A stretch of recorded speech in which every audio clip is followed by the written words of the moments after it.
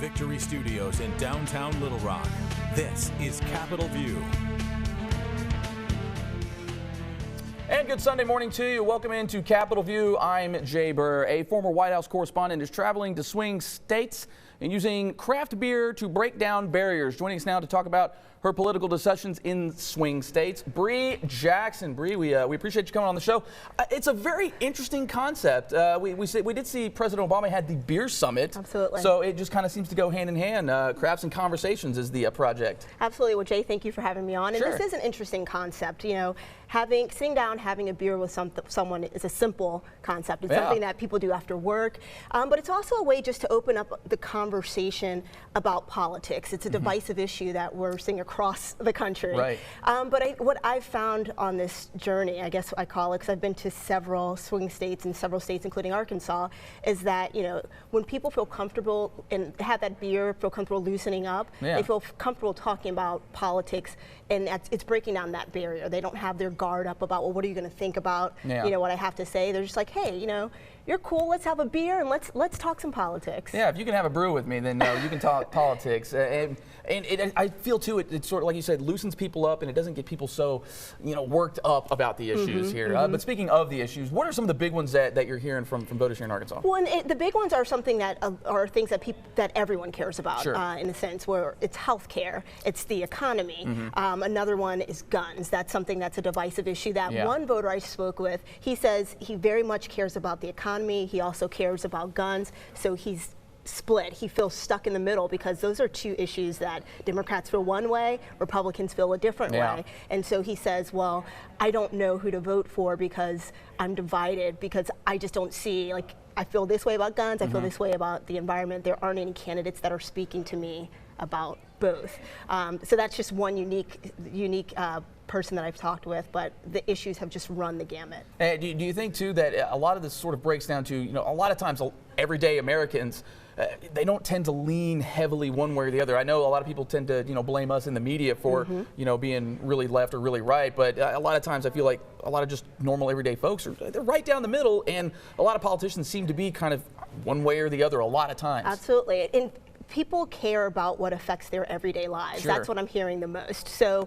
if you're a construction worker or a contractor, that's something that I've heard people talking about. A lot of people that are supporting President Trump, in my experience on this tour, they support him because of their job experience. They say he's been good for whatever industry that they're in. On the flip side, I've also heard people say that President Trump is hurting their industry. In fact, I talked with one person that was in Kentucky, that's in the manufacturing industry, and they say that their numbers have gone down, partly because of the president's trade war, but it could be because of the unique field that he's in. But bottom line, people are really focused on the issues that affect their everyday lives, those pocketbook issues that they can say, you know, am I doing better because of someone's policy, or is my household doing worse? Right, absolutely. And two, the one thing we were kind of talking ahead of time here, you don't hear a lot about impeachment. That seems very fascinating to me. Yeah, and that's interesting. Coming from Washington, D.C., I was working there for 2.5 years, so I've been there through most of President Trump's administration. And when impeachment came up, that's all we were talking about in Washington, D.C. is impeachment is going to be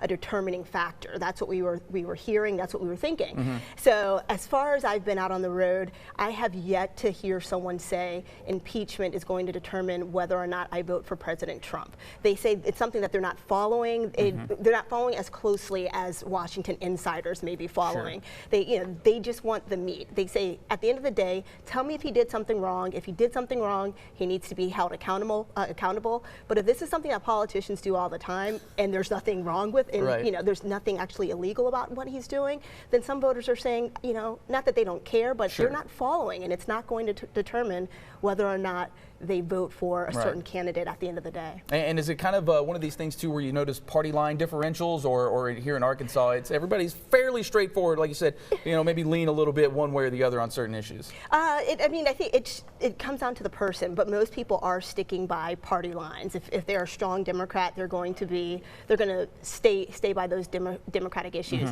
But you know, Arkansas is a red state, so I am hearing you know, a lot of a different side. But I think even when it comes to identity politics, because one group that I kind of pinpointed here in Arkansas was black female voters. Right. We talked with a Republican black female voter as well as a Democrat black female voter, and what they care about are two different issues, you know? Wow. Yeah, and you know, the Republican female has said, you know, my household, my pocketbook is doing well because of President Trump. I don't agree, she'll say, you know, I don't agree with, you know, some of his rhetoric, but at the end of the day, you know, my household is doing well. So that just shows, you know, people may be divided on certain issues, but when it comes down to how they vote, a lot of times people are just looking at those pocketbook issues. Absolutely, and obviously, you know, we'd be remiss if we didn't bring up the actual conduit here, the beers and everything here. I mean, heck, you drew the really tough straw here, it feels like here. What have you noticed, and I know you're kind of putting a little bit of a newsy twist to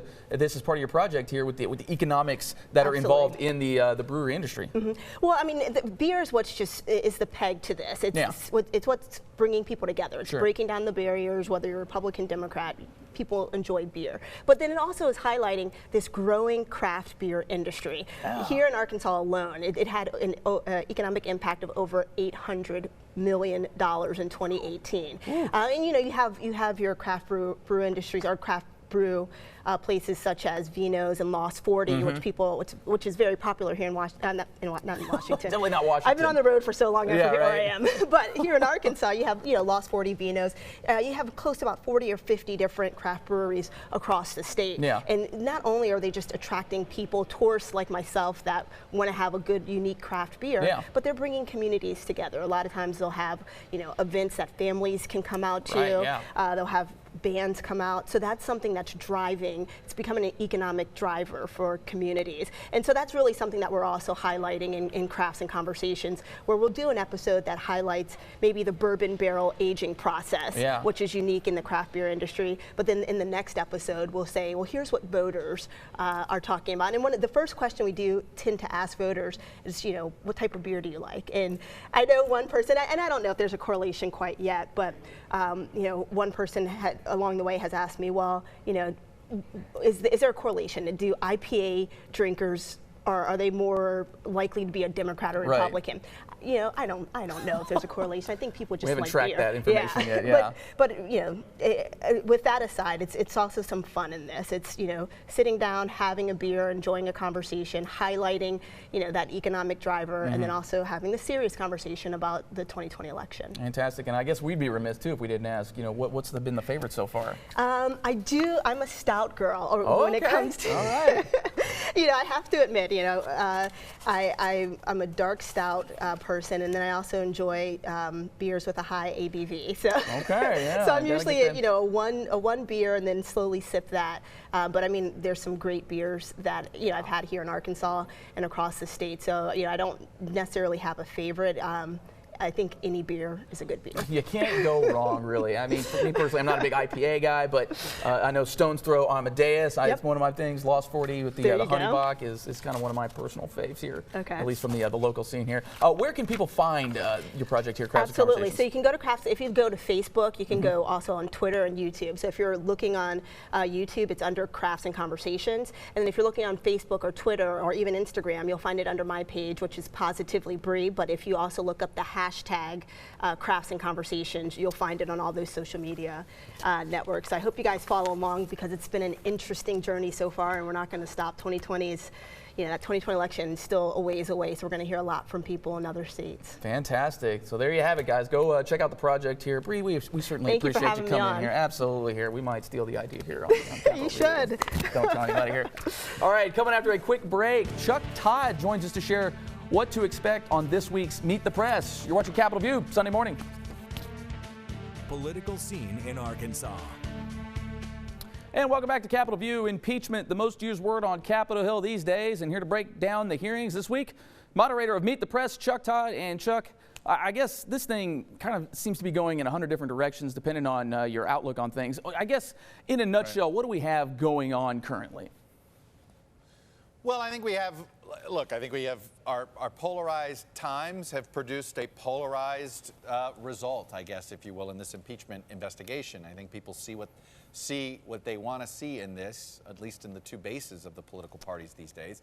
And I think you see elected officials reflecting the views of the bases rather perhaps than their own views of what they've seen when it comes to the facts that have been presented. The bottom line is this: it feels as if everybody in Washington thinks we are sort of are stumbling toward impeachment and stumbling toward acquittal in the Senate, right? But it'll all feel very partisan and it'll all feel very unresolved. That said, I do think Democrats have the following dilemma. On one hand, I think these hearings produced potential evidence and leads for other things. Do they really stop investigating now? It looks like almost they're stopping it for the political calendar because, you know, they haven't heard from John Bolton. There still seems to be more things that you'd want to find out. So I think they've got to be careful here that they don't look like they're short-circuiting the investigation. Then you got to ask yourself on the Republican side, does the president really want a Senate trial? You know, he's saying that he does. Do you really want to have this, even if you're acquitted, okay, the behavior might not be something swing voters like seeing, and it isn't going to be that helpful there. So I do think we're in this weird period where neither party knows exactly how this is going to play positively for them, but they're both convinced it plays negatively for the other side.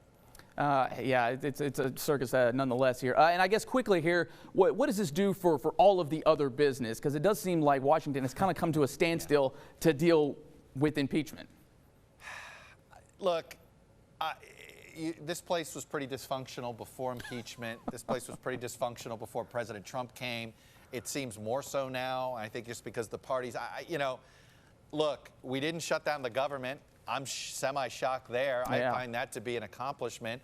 I do think we're going to see this trade deal, the new NAFTA, USMCA. That will happen probably in the early part of the first of the year, January, February. It might not happen by the end of the year. But it's the bare minimum stuff. But before impeachment, it would have been the bare minimum stuff. There's just no trust between the two parties to negotiate on even the most basic of legislation. All right, so there you have it here. But hey, we're getting into the Thanksgiving holidays here. What is a Chuck Todd staple on the Thanksgiving table? Fried turkey, buddy. Oh, fried. It's what it's sort of, the first time I finally had fried turkey, I do it myself every year, so I haven't burned down my house yet. When I first tasted it, I'm like, why have we ever eaten it any other way? That's right. One of those deep South delicacies up there on Capitol That's right. here. Absolutely. Chuck, we appreciate you, and make sure you catch Meet the Press right after us here on Capitol View. Thank you for the time, Chuck. Thanks. All right, so we've got that. We've got plenty more of Capitol View coming up here, along with what is everybody thankful for here in the state. You're watching Capitol View on Sunday morning. You're watching Capitol View, Sunday morning talk focused on the political scene in Arkansas. And welcome back to Capitol View. As we approach Thanksgiving, we wanted to hear from our elected officials what they were thankful for this holiday season. We are thankful they came through in the ARPX Thankful Challenge. Hi, I'm Treasurer of State Dennis Milligan. And this season, I'm so grateful for my Lord and Savior Jesus Christ, my beautiful wife Tina, my grandkids Gabby, Gracie, and Jackson, my daughter Tiffany, my son-in-law Chad, this great country, and this great state. Well, I'm Secretary of State John Thurston, and I'm thankful for God's grace. I'm thankful for my family, thankful to our veterans for all they do to help keep us safe. And I'm also thankful to the state of Arkansas for giving me this opportunity to serve them. So I wish you all a happy Thanksgiving. Hi, I'm State Representative Carlton Wing, and I'm grateful to live in a country that celebrates gratitude. Think about it, we have a whole holiday dedicated to reflect on what gives us joy in life. We recognize that all of this doesn't just happen, and it is worth celebrating. I'm grateful for my faith, the freedom to worship. I'm grateful for a family that brings me joy every day. And I'm certainly grateful for the sacred trust that comes with the opportunity to represent my friends and neighbors in North Little Rock and Sherwood. May the Lord continue to bless us all, and may each of us have a very happy Thanksgiving. That we're thankful for the great men and women who keep our community safe every day, thankful for our police officers that keep our community safe, thankful for the Arkansas State Troopers, thankful for all of the sheriff's deputies and all the departments across Arkansas that work hard to keep us all safe every single day. Thankful for our firefighters, thankful for our emergency technicians that are out there, thankful for the people that operate our 911 system so people get help quickly. And I'm also thankful for the great men and women that serves in the Army, the Marines, the Air Force, the Navy, and the Coast Guard that put their lives on the line for us every single day. God bless you, and God bless the state of Arkansas. Hola, soy representante Megan Godfrey de Springdale y estoy agradecida por mi comunidad diversa. I'm Representative Megan Godfrey from Springdale, and I'm thankful for my diverse community. I'm Andrew Collins, State Representative from Little Rock. I'm thankful for my growing family. Andrea Lee, Auditor of State. I am thankful that 37 years ago, Arkansans threw their arms open wide and welcomed my family and me, where we've been able to raise a family and now enjoy our grandchildren in this marvelous state. Happy Thanksgiving, all. Hi, I'm State Representative Sarah Capp. In the month of November, my family has kept up with all the different blessings that we have. Each evening, we've written down things that we are thankful for. One of the things that I am thankful for is evenings at home when we don't have any plans and we can just enjoy one another. I'm thankful for my friends, my family, and pets. I'm thankful for football and my nanny's pies. Happy Thanksgiving! I'm State Representative Stephen Meeks. On October 3, 1789, George Washington issued a Thanksgiving proclamation marking the first national celebration of what would eventually become Thanksgiving Day. He said in part that November 26th of that year should be devoted by the people of these states to the service of that great and glorious being who is the beneficent author of all the good that was, that is, or that will be. So in that spirit, I'd like to thank God for my family, for my church, and for the community that I live in. I thank God that I'm an Arkansan, the greatest state and the greatest country in the world. I'm thankful for our first responders, our police, our military, firefighters, those that defend us and keep us safe and allow us to enjoy the freedoms that we get to take advantage of every day. So from my family to yours, I'd like to wish you a safe and happy Thanksgiving. Hi, I'm Senator Breanne Davis. I'm Representative Mary Bentley. And we are thankful for the Republican women that came together for the first time in history to dream big, taking on bold initiatives for the good of Arkansas. And during this holiday season, we're excited to think, what can we do next as House and Senate members together for the good of Arkansas and the Republican women dreaming big for Arkansas. Happy Thanksgiving. I'm Attorney General Leslie Rutledge, and I'm here today with my husband Boyce and our daughter Juliana, and we want to wish each and every one of you a happy Thanksgiving. We ask for God's continued blessing over our great state, our country, to look after our veterans and our military men and women who can't be at home with their families this Thanksgiving, and after our law enforcement officers and everyone across the state. We want God to continue blessing you and to look over you. And we ask that you just have a wonderful Thanksgiving. And Juliana has something for you. You want to give them a kiss? Happy Thanksgiving. Hi, this is State Senator Trent Garner, and this Thanksgiving, I'm thankful for our men and women serving in the military. There are many who are serving overseas and away from their families so that we can be safe and enjoy each other this holiday season. Let's give them a special thank you for all they do every single day. Like all Americans, we have a lot to be thankful for. But this year, I'm especially thankful for my son Daniel, who's deployed to the Middle East. And even more, I'm thankful this year for his amazing wife, my daughter-in-law, Bonnie, who's back home in Las Vegas at Nellis Air Force Base with our 4 grandchildren, doing what all military spouses do during a tough holiday season, and that's taking care of the home fires, taking care of all the challenges that come. I'm thankful we have such great military families who support their members during the holiday season. Hey guys, I'm thankful for technology this Thanksgiving that allows me to be at home with my family via FaceTime, even though I can't travel back and see them. And I am also very thankful for my new Capitol View and that the show has stayed in such good hands. Cheers. What's up, guys? I'm actually in Mexico City right now, but I would say that I am thankful to be from a country where you can have a show like Capitol View, where people with different political opinions can come on and passionately advocate for what they believe in and not be afraid of government reprisals or other bad things happening to them and their family. I think that's super important, and I'm thankful for that.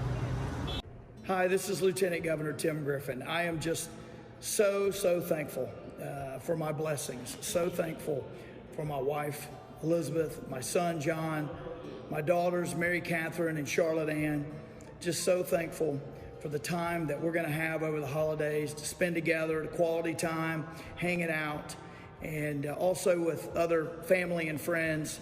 So thankful for all of that. Thankful to live in this country, thankful to live in this amazing state, and just so very blessed. and thankful for my Lord and Savior who without him I would be nothing. And just so very happy that we're coming up on Thanksgiving, where I can eat my favorite chicken and dressing and lots of good gravy. Oh my gosh, I'm going to gain some weight on purpose. I'm going to eat all I can. I am so thankful for it, and I'm thankful for the people that know how to cook that good food. I love y'all, Arkansas, and I hope you have a happy Thanksgiving.